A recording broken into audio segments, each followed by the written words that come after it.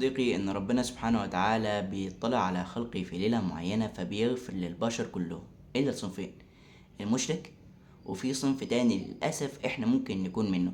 السلام عليكم ورحمة الله وبركاته. ازيك يا صديقي؟ عامل ايه؟ فحديث قال لنا عنه النبي صلى الله عليه وسلم إن ربنا سبحانه وتعالى بيطلع على خلقه في ليلة النصف من شعبان فبيغفر ليهم كلهم إلا الصنفين: المشرك وصنف تاني. الصنف ده يا صديقي ممكن تكون انت او انا او اي حد مننا، لان هو ما بيعتمدش على انت ممكن ما تكونش مصلي او ممكن ما تكونش صايم او ممكن ما تكونش مصدق. لا يا صديقي، ده انت ممكن تكون عامل مشكله بينك وبين اخوك وربنا سبحانه وتعالى ما يغفرلكش بسبب الموضوع ده. تقول لي ازاي؟ اقول لك ده موضوع في النهارده صديقي، بس قبل ما نبدا باشتراك وتابعنا على قناتنا على تسيب الرابط تلاقيه في وصف الفيديو، وتعليق في التعليقات وتصلي على النبي صلى الله عليه وسلم.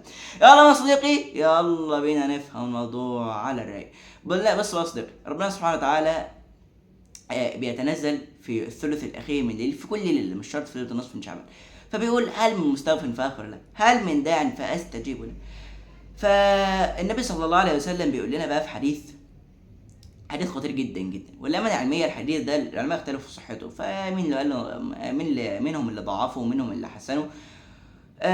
فنقوله كده ونتوكل على ربنا سبحانه وتعالى. النبي صلى الله عليه وسلم بيقول لنا: ان الله يطلع على خلقه في ليله النصف من شعبان فيغفر لجميع خلقه الا الصنفين: المشرك والمشاحن. طب يعني ايه المشاحن؟ المشاحن ده يعني ممكن يكون واحد متخانق مع اخوه، ممكن واحد حاسد صاحبه، ممكن يكون واحد عنده حقد قدام حد تاني. فممكن الصنف ده للاسف ما بيكونش اللي احنا مقصرين في العباده، الصلاه او الصوم او الزكاه او غيره. لا، ده عشان احنا بس عندنا خلل في القلب، ممكن ربنا سبحانه وتعالى ما يغفر لناش بسبب الموضوع ده. فايه المشكله يا صديقي اللي تساوي ان ربنا سبحانه وتعالى ما يغفرلكش؟ متخانق مع اخوك، سايب صاحبك عشان خاطر جاب درجه اعلى منك، وغيره كتير من الحاجات التافهه جدا جدا اللي عمرها ما تساوي ان ربنا سبحانه وتعالى يغفر لك كل ذنوبك الا لو انت مشرك. وده الحمد لله ربنا ثبتنا على الايمان، ان احنا ربنا رزقنا ايمانا صادقا. وتاني حاجه المشاحن. فهنعرف يعني المشاحن يعني اللي في قلبه حقد او غل او حسد قدام اي حد تاني. فلازم احنا نصفي قلوبنا، ولازم يكون عندنا توحيد خالص لله سبحانه وتعالى عشان الليله دي، وعشان احنا داخلين على رمضان، فعاوزين قلوبنا تكون صافيه عشان لما نخش على رمضان نبقى مستعدين ومتهيئين لرمضان.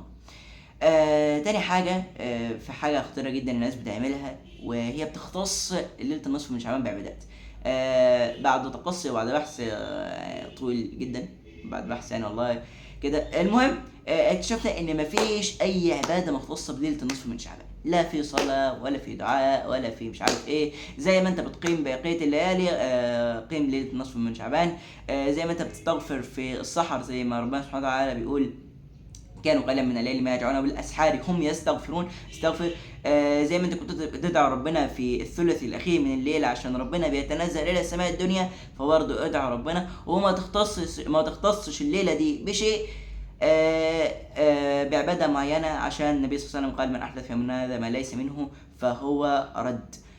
ولكن في العموم كده لازم نصفي قلوبنا، مش شرط في الليله دي، لا في اي ليله، لان انت مش ضامن هل هتوصل لرمضان ولا توصل لموسم طاعه تاني ولا لا. فلازم نصفي قلوبنا، لازم يكون عندنا ايمان صادق، لاننا لا ندري كما قال الشاعر: قل لي بربك من سيضمن ان يعيش لثانيه، من سيضمن ان يعيش لثانيه.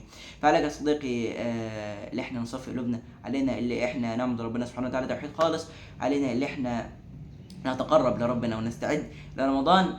فزي ما احنا قلنا في فيديو قبل كده، عشان ما نطولش في الشرح ده، عشان ما نطولش في الموضوع ده، ازاي ان احنا لما نستعد لرمضان هنخش رمضان واحنا قادرين نبدا وعندنا اساس نبني عليه.